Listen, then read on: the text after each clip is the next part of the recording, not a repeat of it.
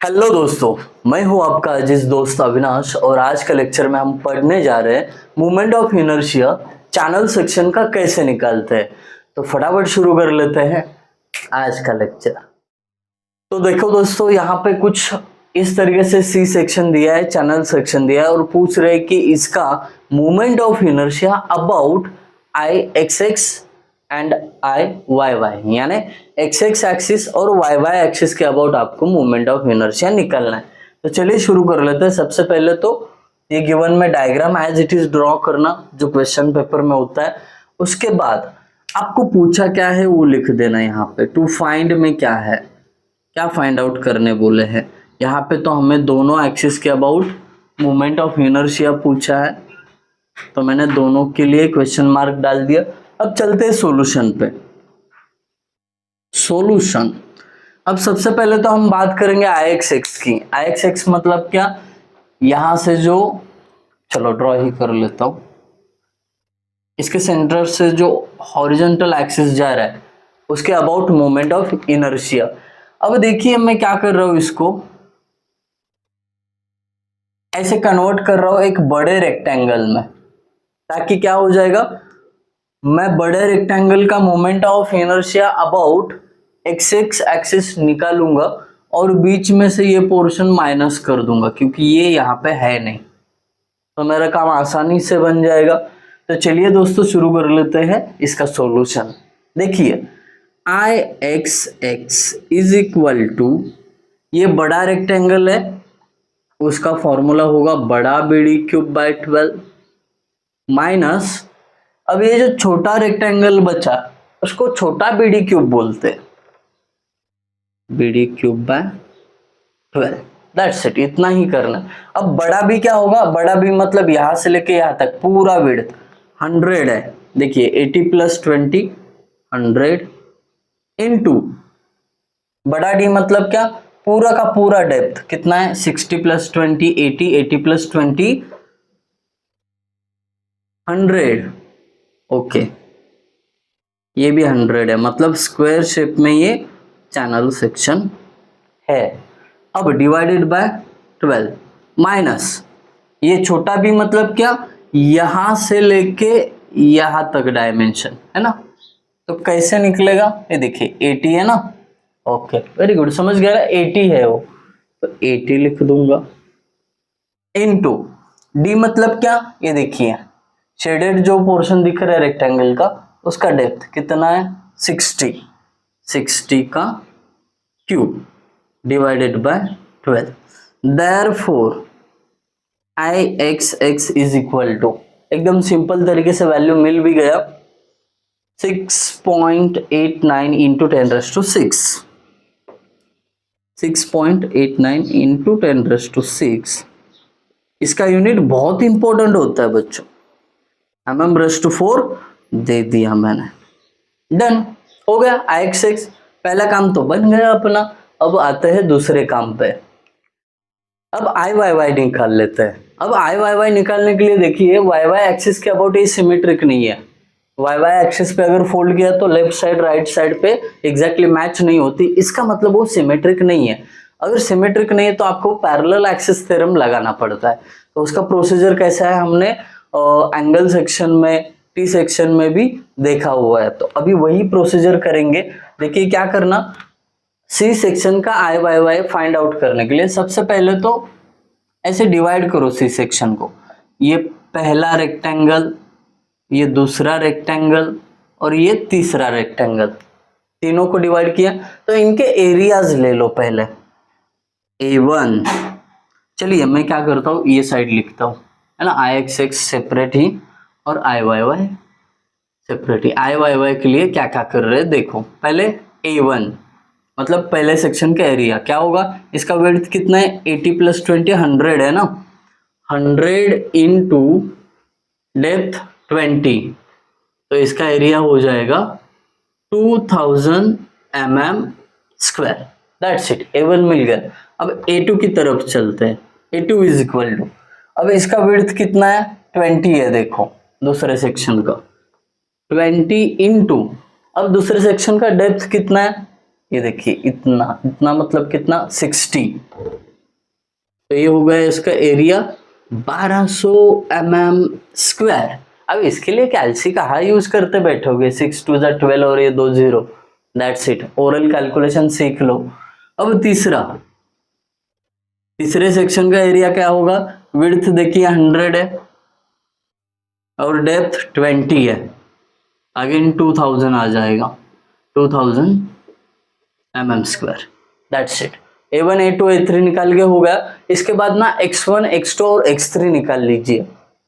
अब x1 मतलब क्या, जो पहला सेक्शन है यहां से पूरा यहां तक, इसके सेंटर का डिस्टेंस फ्रॉम लेफ्ट, इसको x1 बोलते हैं। अब देखिए पूरी तरीके से ये पूरा जो रेक्टेंगल दिख रहा है ये पहला सेक्शन है, और इसका सेंटर कहाँ पे होगा, इसके विड्थ के आधे पे। विड्थ कितना है 100, और उसका आधा मतलब समझ गए आप, 100 डिवाइडेड बाय 2 यानी 50 mm, दैट्स इट। कितना इजी है, आई बात समझ में।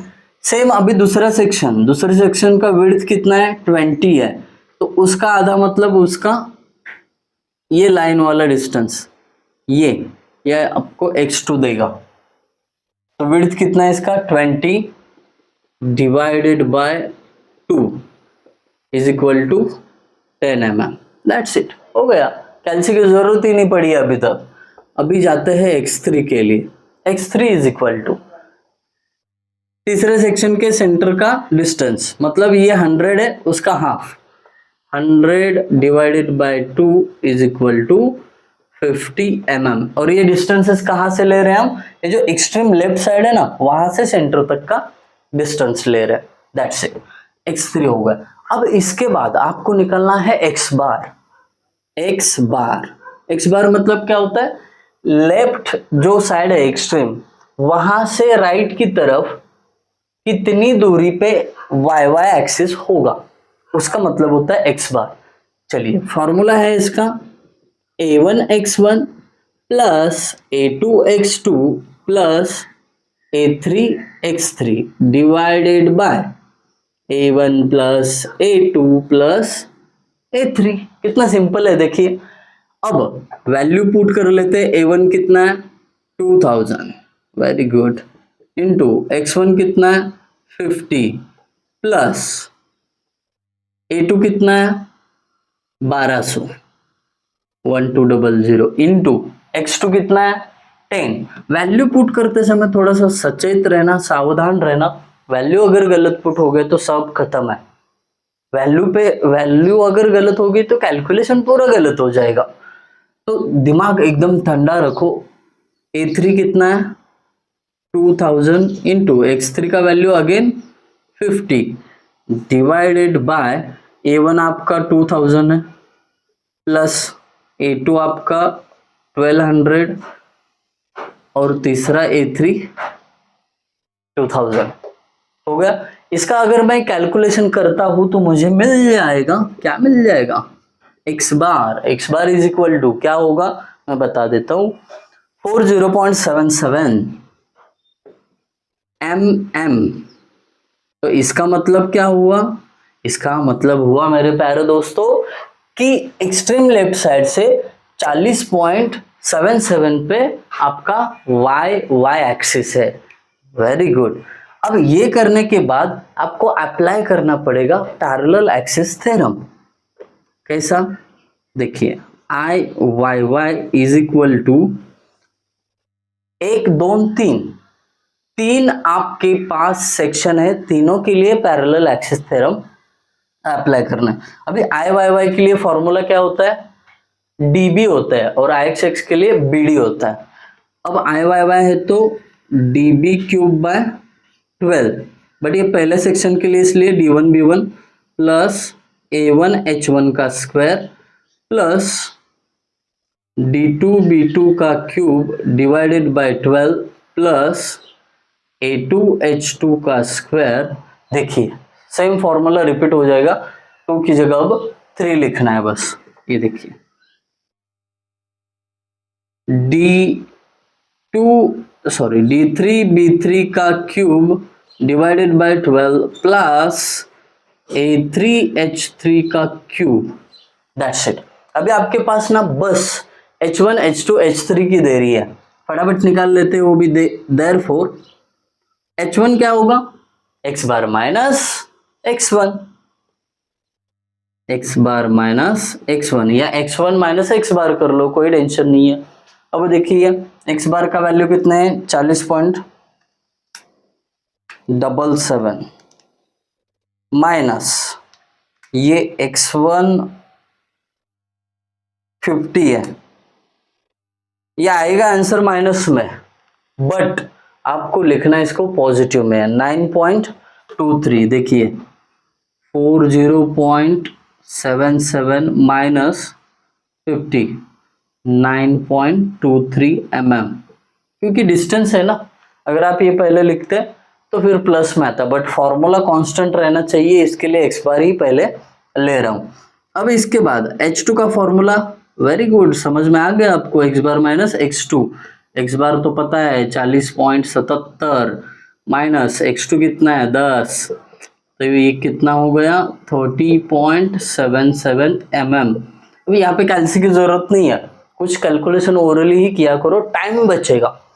अब तीसरा H3 is equal to x bar minus x3, same इसके जैसा ही कैलकुलेशन है। देखो x बार अपना 40.77 है माइनस 50, तो कैलकुलेशन भी सेम ही आएगा ना 9.23 mm।